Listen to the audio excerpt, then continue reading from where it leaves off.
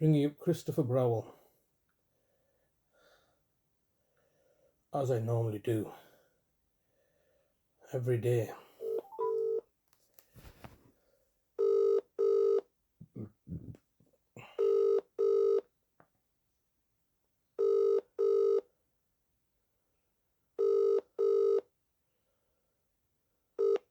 This is the Vodafone voicemail service for 07769247196.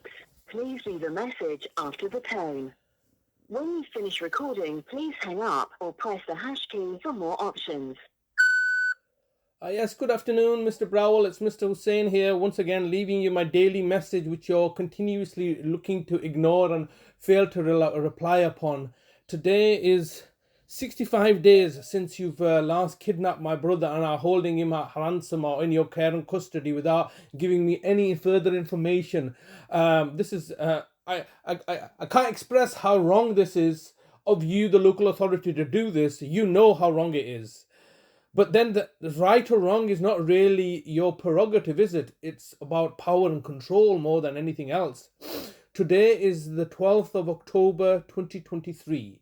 The time is around about midday, and it's been 65 days since you've abducted my brother. But I'm reflecting upon today's date over a year ago, because obviously what happened over a year ago is very conducive of what's happened recently, because if you recall, you had come down on I think it was you had come down on a Friday last year on the regarding a safeguarding alert that had been raised by Manningham Housing Association. If you recall, you had come down on Friday the 14th of I believe, of October 2022. And at the time, it was the case that the reason that you had come down is because you'd received a safeguarding alert on the 13th of October regarding the property from Manningham Housing Engineers that had put in a safeguarding concern. So there was the trigger that necessitated you coming down. Luckily for me and my brother, I don't think we opened the door at the time. And we had missed you. I then subsequently rang you up and asked you why had you come down, and you said effectively that it was as a result of a safeguarding alert.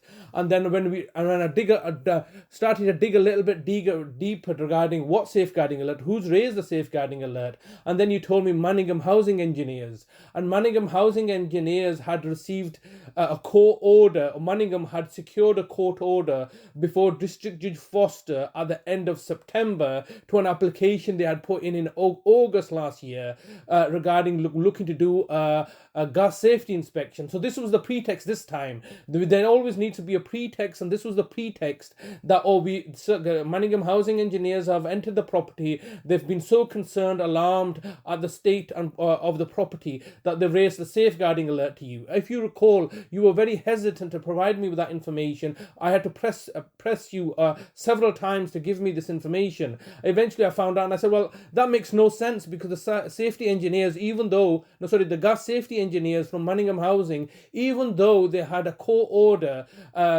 with penal notice from District Judge Foster at the end of September to come and carry out a gas safety inspection, I had wittingly realized what was going on and completed my own independent gas safety inspection and paid for it myself on the 10th of October last year.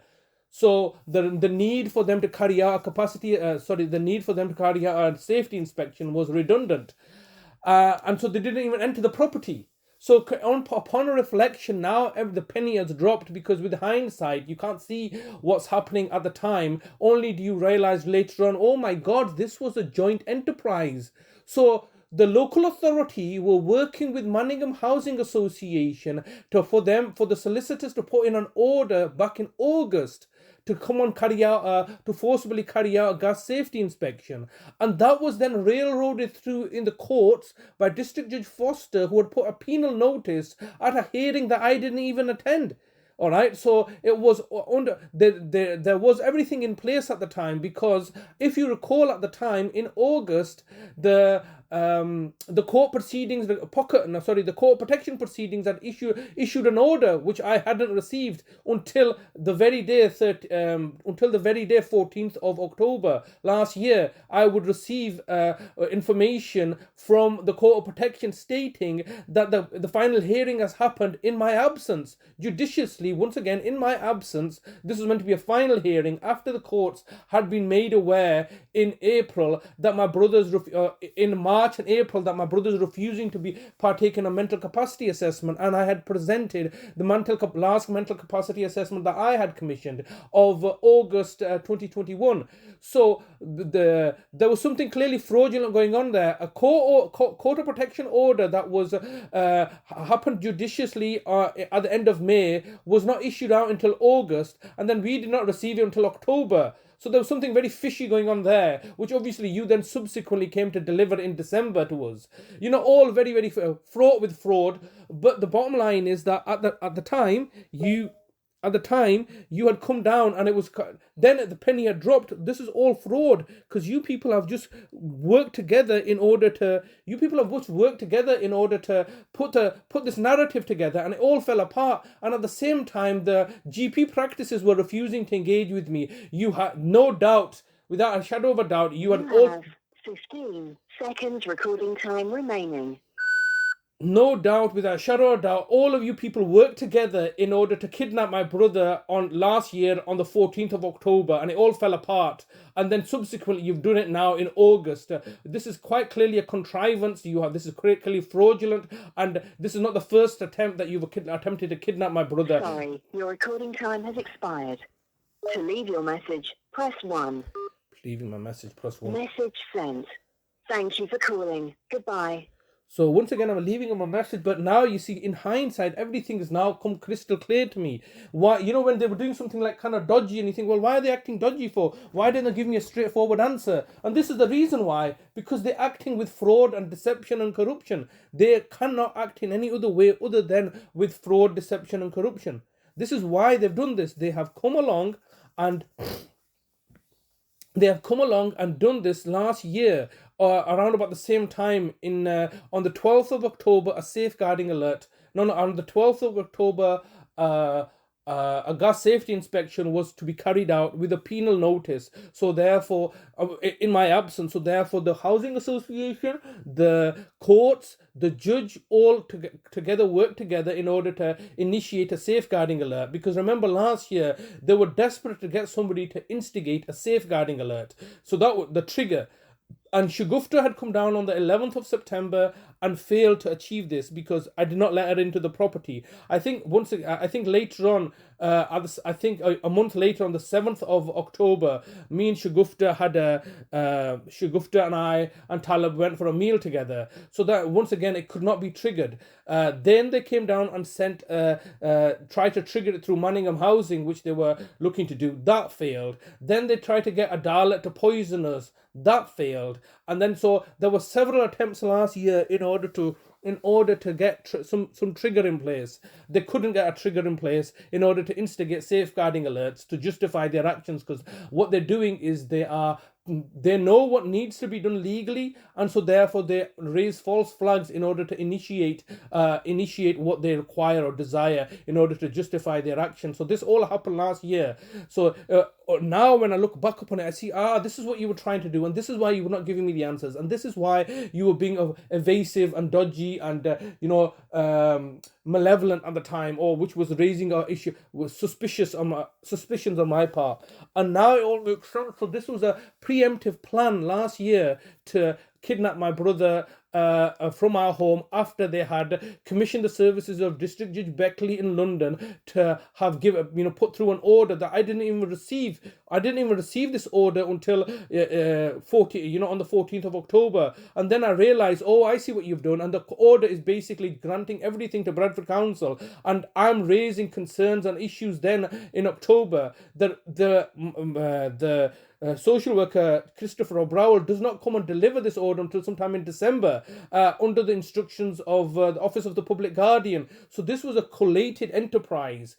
Bradford Council was instigating it to their advantage. They had got the housing association, to work for their benefit. They had then instructed the courts and tribunal services to railroad this through. They had got District Judge Foster to have an attended hearing where I did not attend. I asked for an adjournment. That was refused. District Judge Foster then put a penal notice in place for a gas safety inspection to take place by the 12th of October last year. The housing association people came down and realized that no, I was not going to let them in. They simply then just, irrespective of what the gas safety inspectors had said, because they were not allowed in the property, they just once again raised a malicious a safeguarding alert to justify Mr. Browell's attendance on Friday the 14th last year.